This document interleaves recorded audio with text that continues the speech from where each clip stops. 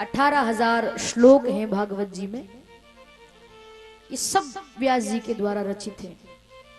उन्हीं का आश्रम बना है बद्रीनाथ धाम में, जिस आश्रम का नाम सम्याप्राश है। व्यास जी की पत्नी का नाम विटका देवी है। तो दोनों पति पत्नी आश्रम में बैठे बैठे चर्चा करने लगे।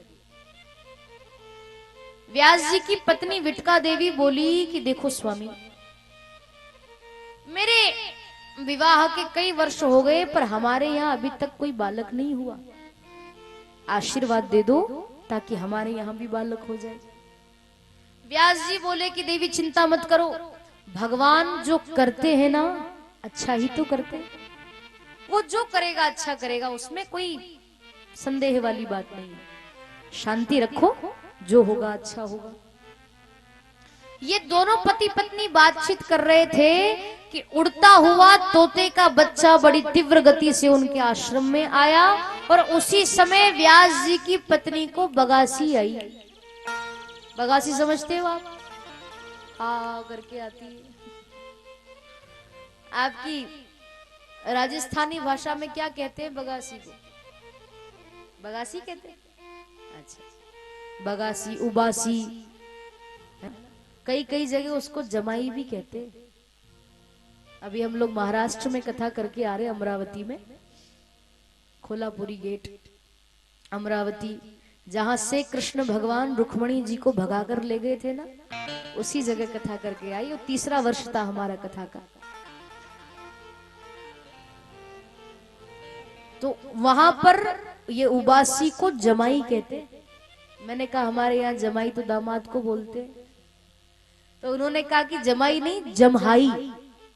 जमहाई, ज आदा म हा और ई, जमहाई। जमाई नहीं, जमहाई। पर अपने यहाँ तो उबासी या बगासी, इसी में समझ जाते हो, अच्छी बात है। तो व्यास जी की पत्नी को वो उबासी आई, बगासी आई। और स्वाभाविक है कि जब बगासी आती तो मुंह अपने आप खुल जाता है।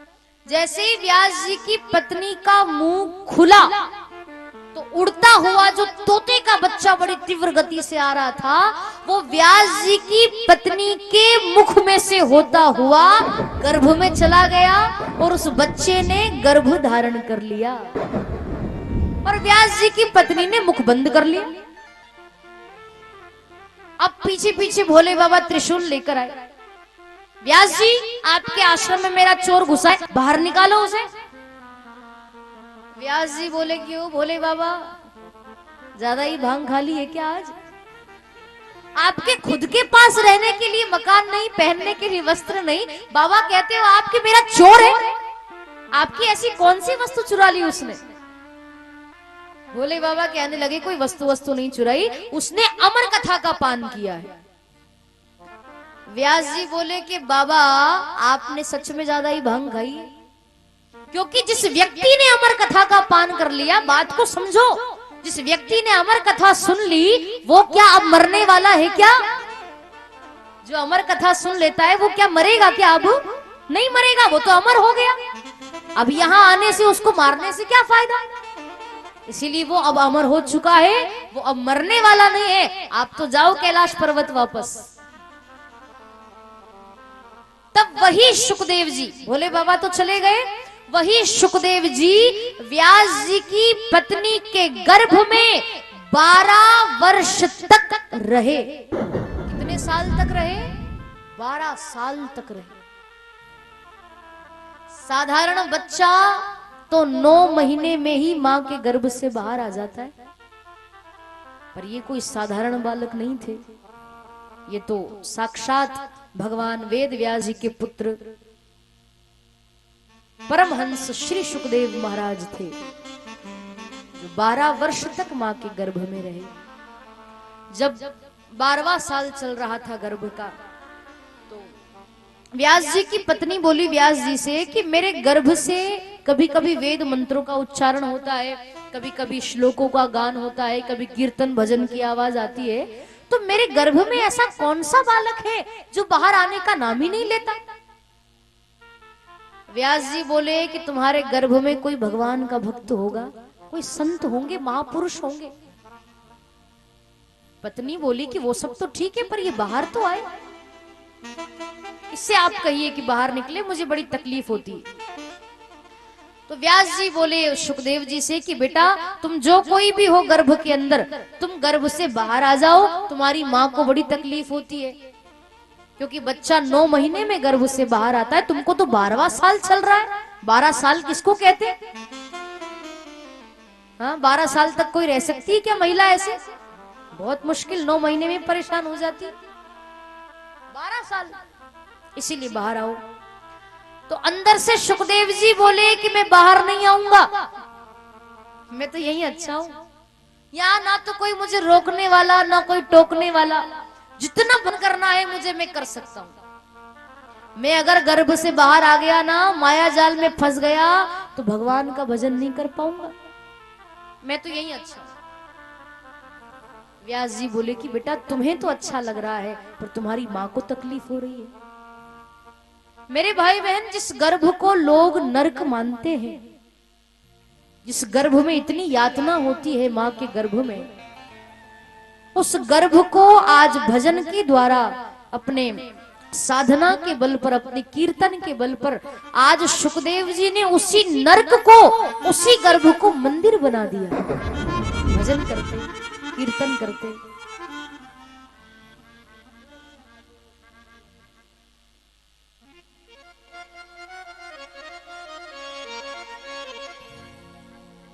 उसी गर्भ को आज मंदिर बना दिया सुखदेव जी।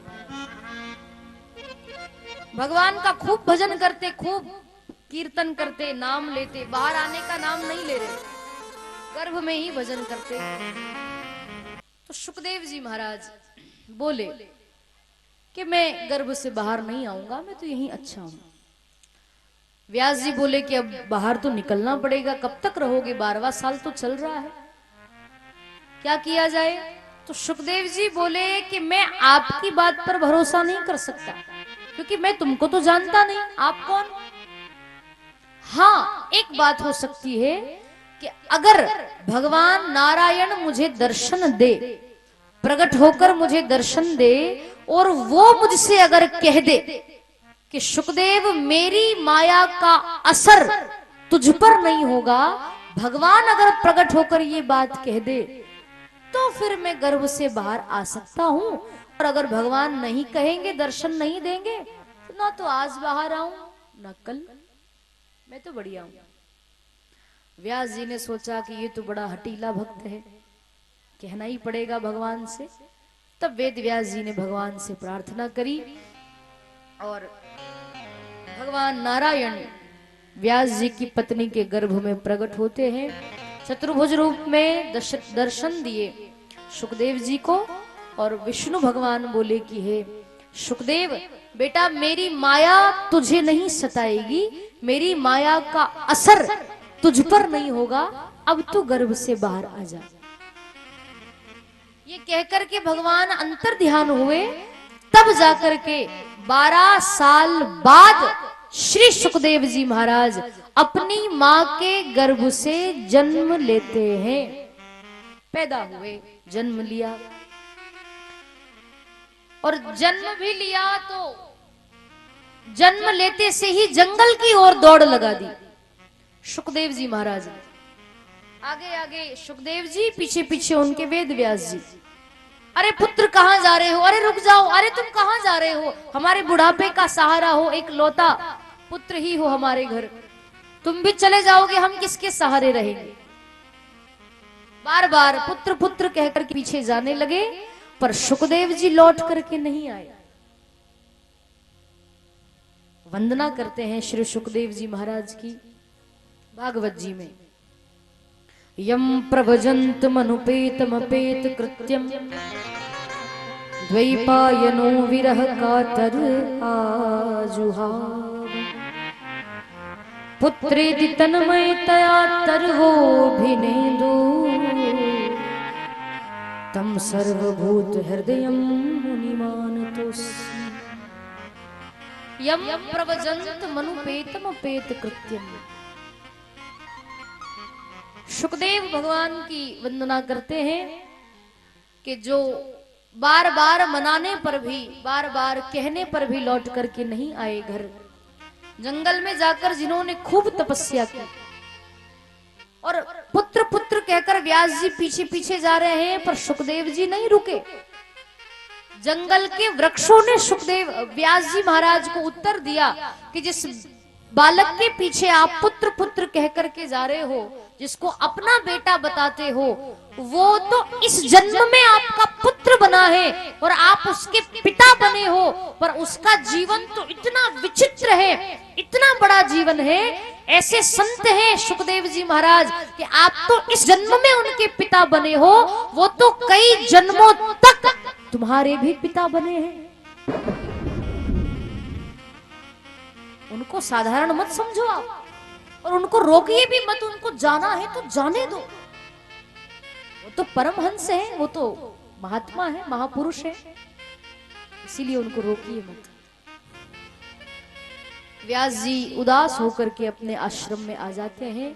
वही सुखदेव जी कई वर्षों तक जंगल में तपस्या की।